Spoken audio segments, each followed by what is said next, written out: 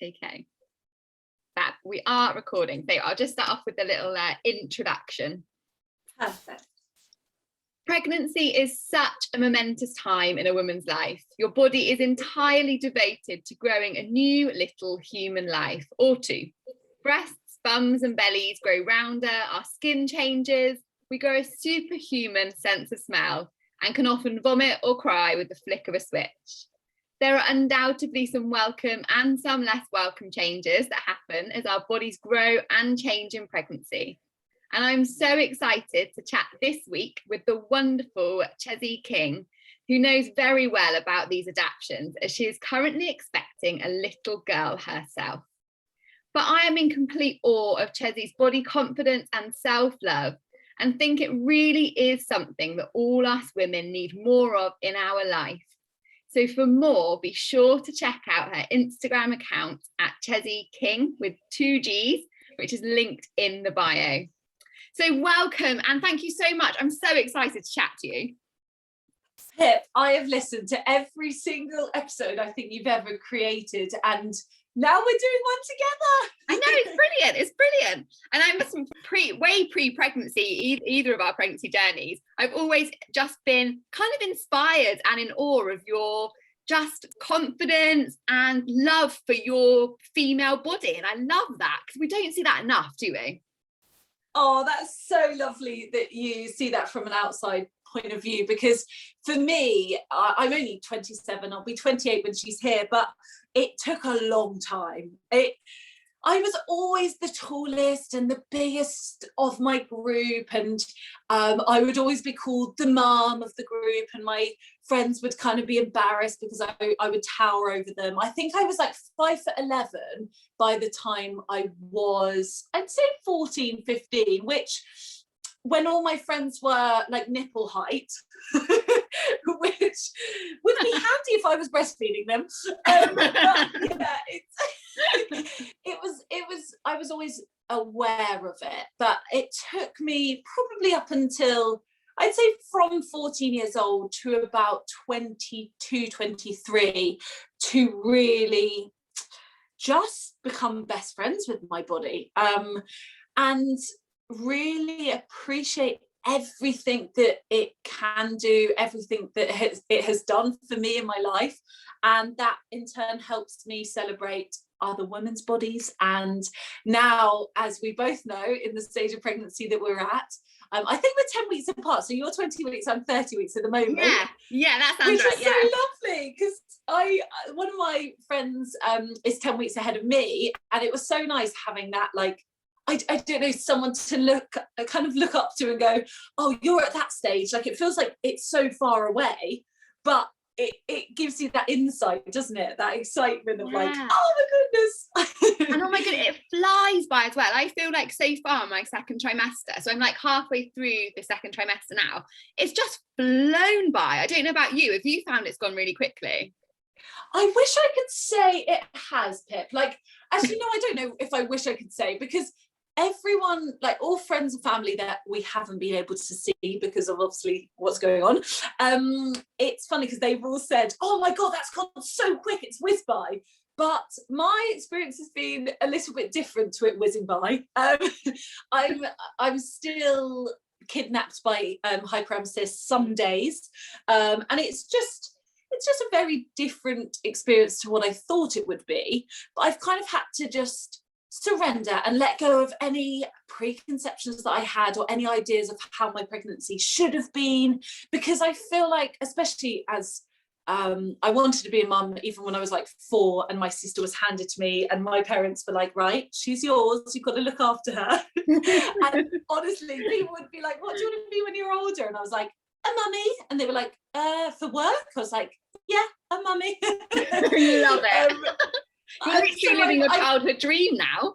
That's it, I know. And I think I've kind of had that idea in my head of what my pregnancy would have looked like and what my birth would have looked like. But honestly, these 30 weeks have taught me resilience. They've taught me just surrendering and letting go of anything. Like, instead of thinking, oh, I've lost days to sickness, thinking, but I've gained this whole level of appreciation for my body, another new level that I thought was unobtainable, because I thought I was already there at like full capacity of appreciating my body, and just celebrating the little girl that I'm creating and being like, I'm doing it for you. Like, this is amazing. I get to meet you at the end of it all. It's not, I'm sick and I get nothing from it. Like, so it's been phenomenal. I'm so lucky to be on this, well, just experiencing it all. Oh, I love that. And you have been really honest, haven't you, about your troubles with hyperemesis, which, I mean, I had sort of morning sickness between weeks 5 and 11 that seemed awful to me. It was like every 20 minutes and constantly vomiting or gagging or feeling nauseous. But for you to have had it for like 30 weeks, and probably it's going to continue now. It's unlikely. Oh, thanks, to wake up and go, sorry, I've just broken that like awful. That's me, I'm not friendly. But how have you coped with that? Because I know this is something that lots of women do struggle with, but quite often, especially on sort of social media, we portray this image of pregnancy being this big glow, and actually, quite frankly, sometimes there are bits that are kind of pants, and they're really tough. Yeah, it's funny, isn't it, that I think, obviously not as a midwife or not as a medical person, but with the understanding that I had pre-pregnancy from doing a doula course and from just being so fascinated by pregnancy before, I think I have seen it in a maybe just a different way of appreciating how pregnancy can be so goodness me, like you can never plan it, can you? It's so unpredictable, pregnancy. And for someone that from an outside point of view, like my friends and family have gone, oh, I'm so sorry you've had the worst pregnancy, and I'm like, no, this is not like, I have obviously nothing to compare it to, but also it's not been the worst. I don't look at my pregnancy and go, oh, I've been really sick. I just think, wow, like how resilient is this body, and how incredible that she's still it's like a secret language. When I'm feeling sick or I've just been sick and I get back into bed, she kicks and she's like, I'm okay, mum, I'm good, I'm still here. Like, and that for me is like, oh my God, we've spent every single day of our lives, of her life together, like every single day that she's been in my tummy.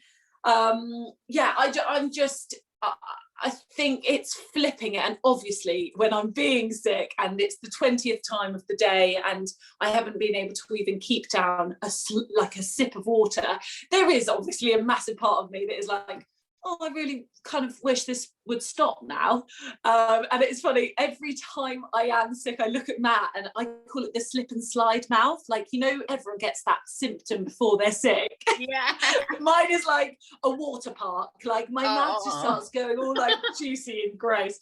And then I look at Matt and he's like, oh no, he knows the look. And then I'm like straight to the bath. And I think maybe one time I've been sick over the toilet, but I can't even think about being sick over the toilet because it makes it feel worse. Whereas in the bath, yeah. But I honestly think to anyone that is suffering with HG or anything, to be honest, it's not just the sickness, it's anything that maybe you didn't, I don't know, you can't obviously plan anything, but anything that you're going through, like chronic back pain and pelvic floor pain and all of these things that you kind of hear about and you go, oh, I probably won't get that. Like if you're listening and going, oh, it just feels like my whole body's being taken over and it doesn't feel like mine. I think for me, the most valuable thing has been just stripping it back down to when it feels like that and it's really overwhelming and I'm like, oh, I just wish that I could stop being sick. It's really like just kind of connecting from head to toe and being like, right, what changes are going on in my brain? What changes are going on in my heart? Like, obviously we all know the foundations of knowledge. We don't need to go into the depths of like the medical science behind it all. And like doing almost, you know, at the end of yoga, when you almost, you scan your body from head to toe. Yeah, and I love like connecting with every organ and every bit of my body and going, wow, like you are doing the most phenomenal job, like thank you, like keep going, keep creating this human. And that for me has really helped me bring it back to, okay, right, yes, it might be the 20th time you're being sick, but the basics of it and the foundations of it is I'm still making this human. And that it blows my mind. Oh my God, it blows my mind, even as a midwife who's been delivering babies for years and years and years and working with pregnant women, when it's actually you, I'm like, oh, this is amazing. Look what we can do. We are so clever. Yeah. We're so clever. I heard yesterday, Pip, you can correct me if I'm wrong, but that a pregnant woman produces more estrogen in a day than a non-pregnant woman does in a year. Wow. I mean, I don't know 100%, but that sounds like that could totally be true. Oh, I really hope that I haven't said that and made it up. But I promise. We'll Google it after. Yeah, exactly. And then fact check it. Yeah, I love it. My partner always said, what have you done today? And I'm like, I've done this. Oh, and I'm growing our baby.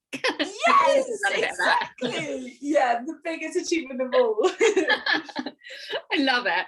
So, Chessie, I just love your like positive energy and like positive vibes. It's amazing. But you did mention that it's not always been that way. And I wonder how you got there, or if you've got any kind of tips or tricks that you can share with us as to kind of how you navigated that journey, because it seems like you've come such a massive way. And I know there's women out there that probably see themselves as that 14-year-old you, but want to be the you that you are now and have that outlook on themselves.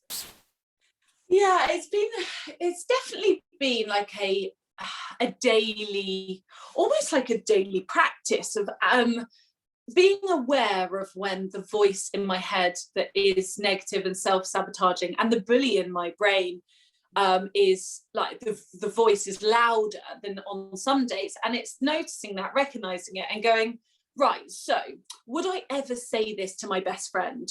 Would I ever say, oh God, your thighs look huge in those shorts when you sit down? No, I would never say that to anyone, let alone my best friend, let alone a stranger, like no one.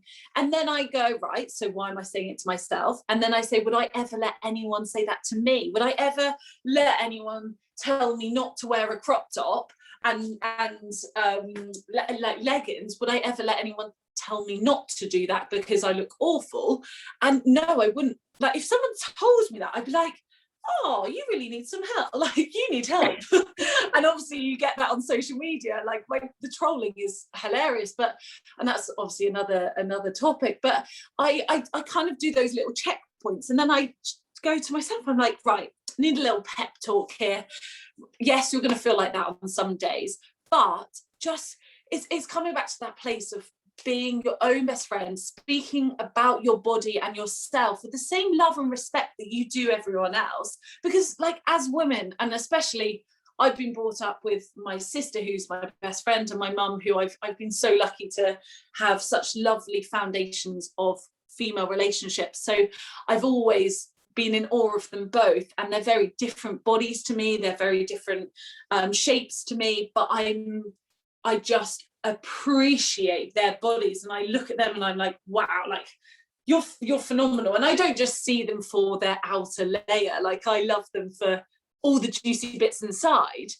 But I kind of just think, right, well, they're not looking at me thinking that. And it's I was trying to explain it to Matt, the difference between when I first met him 4.5 years ago to now. And I said to him, I was like, I just was so aesthetically provoked. Like I really just wanted to look good. And I wasn't, I'm not embarrassed to say it now. Like it was such a huge focus of mine. It was such a huge priority. And over the years, I've realized like none of my friends and family love me because I'm tall and have long legs and nice arms. No one ever will remember me and go, oh, Chessie was so sweet because of her six-pack. Like no one's going to remember me for that. They hopefully will remember us for the moments that we've had together and the lovely memories we've created together and the times that we've laughed together, the times you realize as you get older, you're like, oh, it really doesn't matter how I look. Like, something that's so liberating that's come out of lockdown for me, Pip, is I haven't worn makeup since my virtual hen, which was last May. So I'm coming up to a year of literally, and when I say I haven't worn makeup, the most I've done is put a bit of like brow, what's it called, the sticky uppy bits, like, yeah, the brow gel. That's yeah. all I've done, and maybe a bit of lip balm, but I just haven't even wanted to. I just love like the feeling of just being stripped back, and someone that's suffered with acne for a good chunk of my life, I feel so liberated and free, and like I don't care.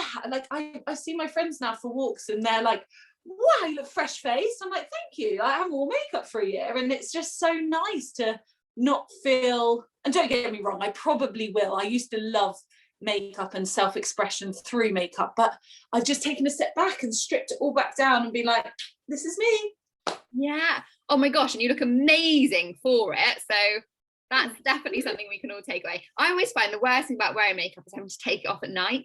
That's the thing that puts me off even putting it on, is about I've got to take it off again. I'm like, oh, and really? the time.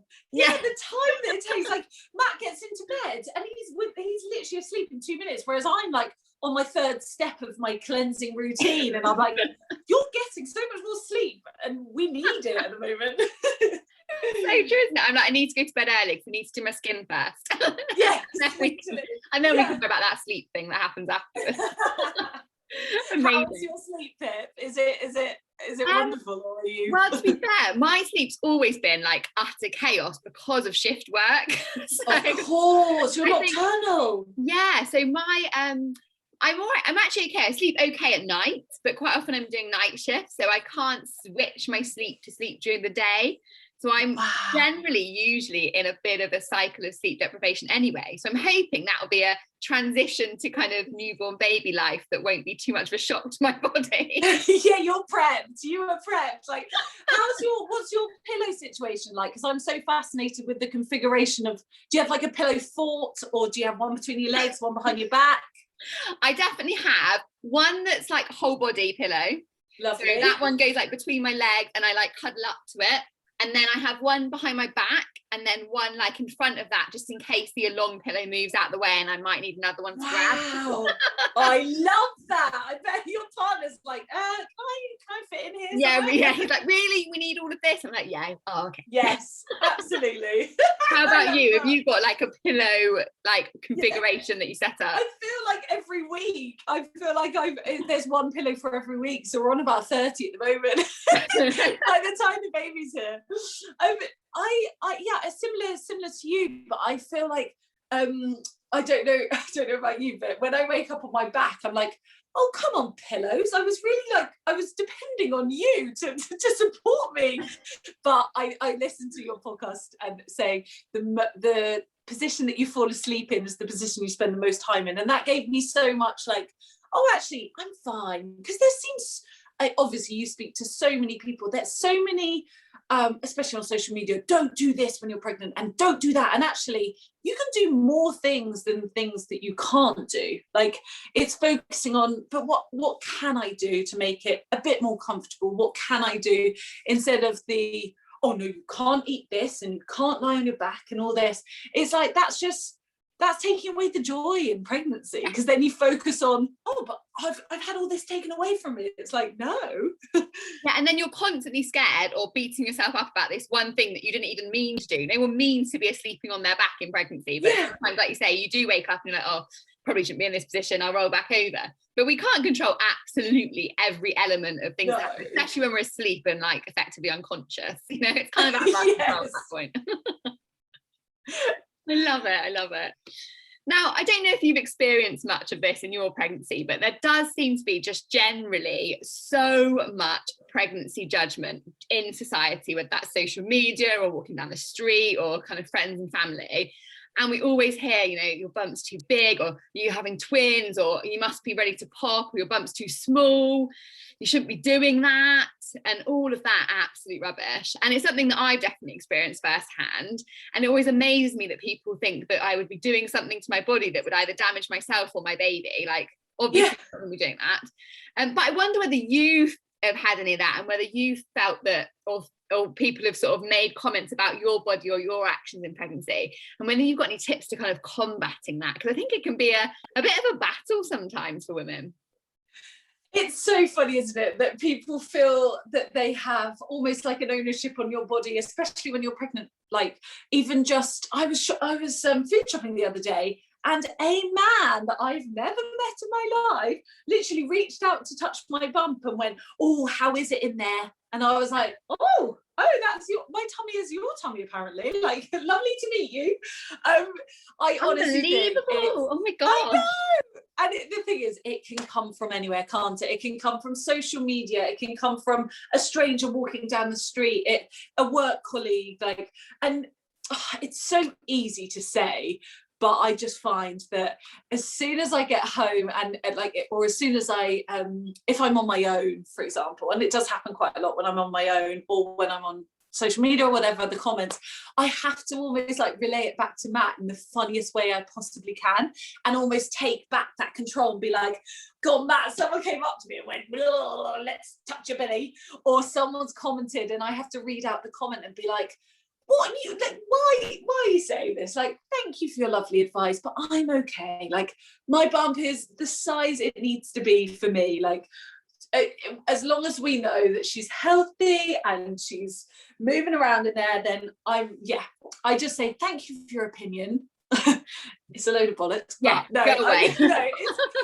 It's just you have to think, well, they're obviously in a very strange place to be commenting on another person's body, especially when you're pregnant. But it's my top tip is to, if you have a partner that you feel, obviously, hopefully you feel safe talking to them about that, or if you don't have a partner and you're going through pregnancy alone, and speaking to your family or your work colleagues and someone that you feel very someone that's non-judgmental and will just be able to laugh about it with you, and taking back that control and either reading out that comment or relaying what they've just said, and almost doing a little sketch show of it and being like, "No, I'm not gonna let it make me feel uncomfortable," or whatever. Yeah, there are so many opinions in the world, and you just have to always laugh them off and be like, "Well, that's your opinion, and me and my bump are great, thank you."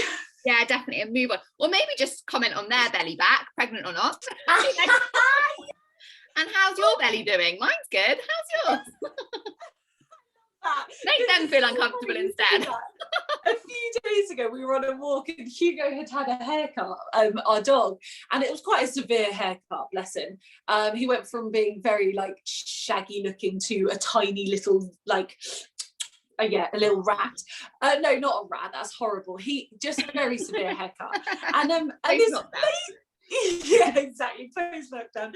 And this lady was like, "Oh, I hope you didn't pay much for that haircut." And we were like, "Sorry?" And she was like, "Which rooms did you take him to? Because I wouldn't go back there." And I was like, "Are you commenting on our dog's haircut? What has happened to the world? Everyone's obviously been in lockdown. They need to express themselves." But it was like, "What are you doing?" And then Matt just went, "Your hair's wonderful too," or something really sarcastic, because he was like, "I'm not going to obviously make her feel awful," but he commented on her hair to be like, "No, I feel protective over my dog. I'm going to say something." I love that. Oh my goodness, people are the most fascinating, aren't they? I'd love to. Love it. I'd love it. All those positive things that you could say, you look well, your skin looks glowing, how are you feeling? But no, we go for the sting. Yeah, straight in with, "You look huge." Just thank you, I want to look huge. Yeah. Always kind. Oh, hilarious. Love it. Now, this is a completely selfish question that I have to ask you, Chessie, and that is, how have you navigated dressing in pregnancy? Because you always look absolutely fabulous. All of your outfits are so gorgeous, and I'm like, "Oh, just put my tracksuit bottoms back on today." Oh, Pip, look, I'm wearing trackies. Come on, I just pulled them so high up they went up my vagina. That is very, very, very lovely of you. But honestly, the trick and the secret, because there's no secret, is just floaty maxi dresses that I've genuinely had those dresses. The ones that I get the most, "Oh my God, wow, you look like an actual like sunshine, and then they realize I'm pregnant and they're like, oh wow, it's actually, there's a baby under there. Those are the ones that I've had in my wardrobe for about 5-6 years, and they're like, so old and so used, but I feel so lovely in them because they're long, and I'm obviously a tall girl, so it's hard to find a maxi dress. But honestly, colour, I mean, I wear black when I go for a dog walk with Hugo because I know I'm going to get muddy, but like forcing myself to wear colour on the days that I really just want to be like, oh, I just want to put on some tracksuits. And it is funny because there are days, especially now we're allowed to actually like be out in the outside world, and I'm like, oh, but I was in trackies the whole time, and now I come down and I show Matt and I'm like, right, come on then, what are we saying? My nipples are protruding through this one. Like, that's what I found. It's not my bump, it's my dark nipples that are coming through apparently I love see-through fabrics. I love apparently it. That's my thing. But I'd say those sticky flowers that you can put over your nipples. Then I also feel like they rip your nipples off, don't they? Yeah. Kind of need those. I really want to be able to hopefully breastfeed. But I think, yeah, colour, especially like just kind of being your own cheerleader and being like, no, you will wear colour today because it makes you feel, well, especially for me, it just brightens up my whole mood. And then floaty maxi dresses, especially as we're coming into summer. And I mean, I am a sweaty person no matter if there's a human inside me or not. So I'm going to be, 30, yeah, same as you, I'm going to be very pregnant in the peak of summer, so I cannot wait for that. I'm just going to be dripping every second of every day. And then I'd also say knitted dresses. So it's weird because knitted sounds like your nan's done it and it's for winter, but like that fabric that kind of hugs you and almost holds you, and it just, yeah, it gives you a lovely little squeeze.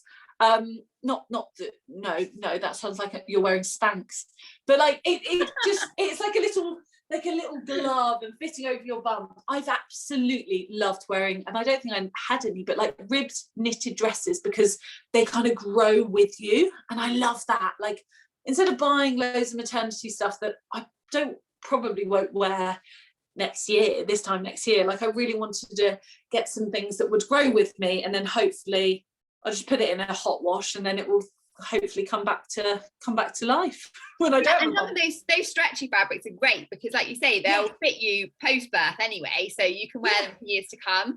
And it's really hard because I'm a bit like you in that I'm trying to navigate like a wardrobe, but I don't want it to be like a disposable wardrobe. You want bits that you can wear again, because otherwise it just feels, not only it's financially crazy, but also really bad for the environment. Unsustainable, yeah. Stuff. That's why I think like I've stayed away from maternity jeans and all of the, like, the only maternity specific things I've got are maternity leggings, and oh my goodness, this is not a like plug or an ad or anything, but I have tried so many, and the Fabletics ones that come up, like they cover your whole bum, and it's funny when I put them on, I don't know if you put them on like pre-proper bump, I put them on at about 12 weeks and I was like, God, how would they like covered my whole boobies? I was like, how would that work? I won't be able to fill that. And now I'm like, I need to size up because she's definitely filling that. So yeah, maternity leggings, I mean, are just a dream, and I think I'll wear them forever, my whole life. Yeah, I feel like that's like a postpartum conversation, isn't it? Like, when's it acceptable to stop? Like, how long can I get away with still wearing maternity leggings? Never.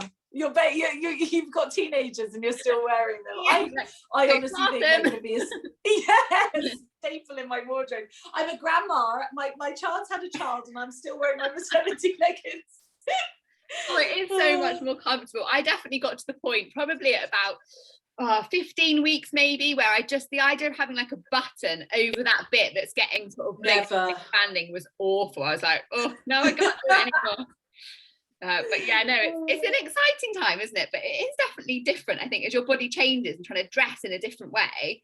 Yeah, and also celebrating the, like you said, it's gone really quickly for you, and like you want to look back, and I just love celebrating this new, like I said to Matt the other day, it's like an extension on a house, like it's an extension of me, like I've literally had like a an expansion, like an extra little room in my house, because I think like it's her home. I'm like, I want to celebrate you and I want you to be seen.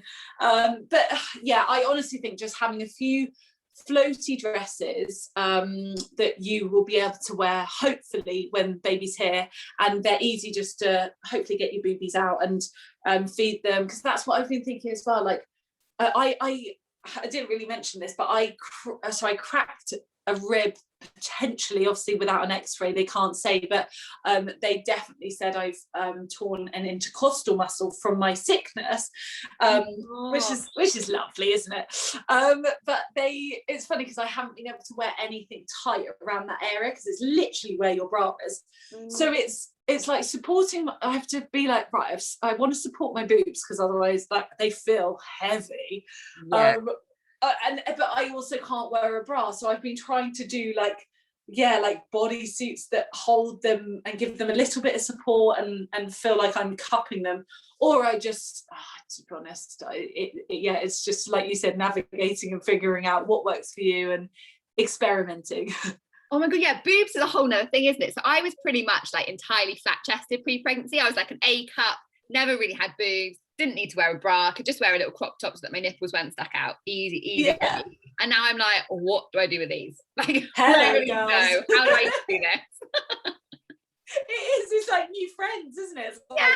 Oh, okay. Hello.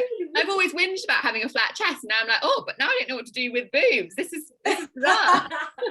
Oh, that's so nice though. Like it is. It's just, I honestly think it's just it's a new stage. It's a new like level of, okay, right, let's embrace these new boobies and let's embrace this bump, and what do I feel the best in? Like, you might not like a maxi floaty dress, but you might like, say, because like short dresses on me will not work for the next 8-9 weeks and beyond, because I just look like I'm wearing my child's clothes because the bump is pushing it out and they're even shorter. Like, I tried to wear a short dress the other day for Matt and I went, well, I celebrated our anniversary, he didn't, because apparently I got it wrong.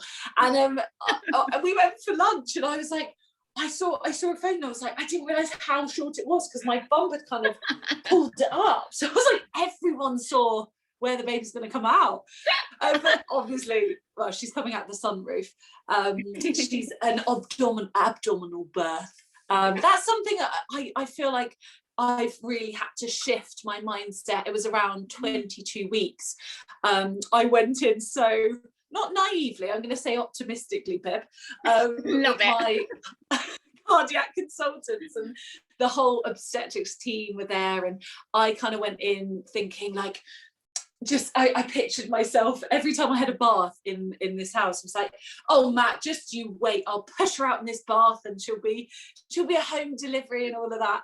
And I went in with very different expectations to my team did. And I have a heart condition, SVT, and a hole in my heart. So I've had procedures done and whatever for the last 4 years.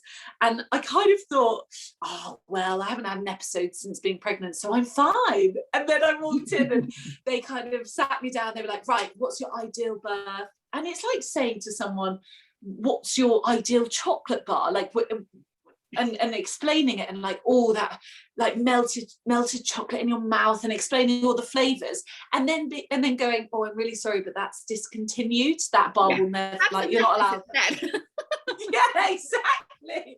And they said to me, they like, after I'd explained it, they all kind of laughed and they went, yeah, no, we've got you down as a cesarean. And I was like, what you've what? Like, that's escalated quickly. Yeah, I was like, where's that come from? And they were like, we can't risk you pushing vaginally.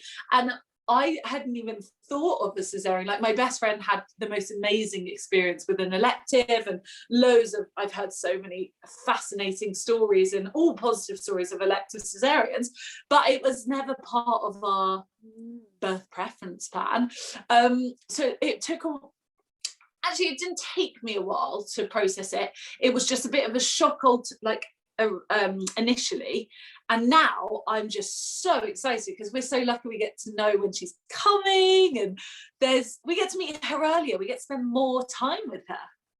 Oh, I love that. And you've got some more kind of control over that environment, I guess, because you can plan it in a way that you can't always plan kind of that physiological birth process that could happen anytime, anywhere, day or night. That's it. Yeah, and it's obviously there. Yeah, we're so excited. She's gonna be, it's the safest way for her, it's the safest way for me, and it's just how she's meant to come into the world.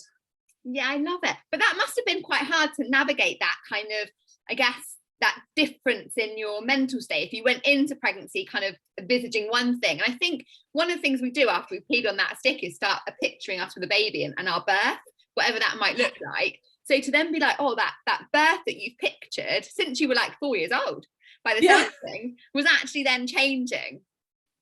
I was so excited to push vaginally and to just experience that, like the full thing. Like I just couldn't wait, and everyone was like, pretty obviously before I even knew, they were like, are you worried about the birth? And I was like, no, I just am so looking forward to just feeling it all and the sensations. And yeah, it for me it was kind of transitioning that thought process and going, right, you're no less of a mother, you're no less of a woman for not going through that vaginal birth. And it was, I think it was almost like a not a grieving process, because that's quite intense, but it was definitely a, right, I'm going to say goodbye. I wrote a letter to my vaginal birth, and it was that night that I just thought, right, this is my way of processing it, and it might be different for someone else, but I just wrote it all down, and I was like, to my home water birth, you sounded magical and empowering and euphoric, but unfortunately you're just not the safest option for either of us this time, and maybe we'll meet in the future, but for now, good luck being on everyone else's experience, but you're not part of mine. And then I kind of signed it off, and it was really nice for me to be like, okay, right, I'm back, I'm on, we're having a cesarean, and that's what's happening. But it is a big shift, and I think, it's processing it in your own way and just allowing those feelings and emotions instead of holding on to them until it gets to the cesarean and you're like, oh, but I was just so looking forward to my vaginal birth. It's doing it then and there, whenever you find out in your pregnancy, if you're breech and you find out at 36 weeks, or it's trying to find the best way for you to go through that process. I love that you wrote that down. That's such a brilliant tip. I've not really thought of that or heard that before, but that's something I'll definitely take away from this, is recommending that to women I meet, because that's a really nice way of kind of like accepting those feelings, recognizing them, and then kind of putting them to bed. And I think we can use that for all sorts of stuff in life, when perhaps we plan something and COVID happens or whatever happens. Exactly. Putting it to bed. I love that. That's amazing. Thank you. It really helped me. Oh, and it's just so exciting, isn't it? It's just so exciting. I just love the fact that you've got this little heartbeat inside, and your body's able to grow it. And there's no way we should ever consider any type of birth as a failure or being less than another. They're all miraculous. And I just think women are warriors, however they give birth, and should always just feel like superwomen in the postpartum, because what you've done is literally incredible. It's literally a miracle, isn't it? Absolutely. And the whole, not just the birth, but the whole 9-10 months, like, we kind of just picture, so there's so much focus and such a heightened like everyone just zooms in on that, like, how are you going to give birth and what's the date, and like so focused on the due date, but it's like the whole entire experience of the 10 months and then the birth and then all of the postpartum, like the rest of your life with your baby. It's seeing it, like zooming out almost, and being like, right, okay, that is just a tiny fraction in my baby's life, but obviously it's such a special day, and it's how can you make it as comfortable but also as beautiful as you possibly can under the new circumstances. Yeah, and we're doing, it's so nice for me to learn about just how much control we do have over the cesarean. And I loved your one with your cesarean birth, and with Nugme.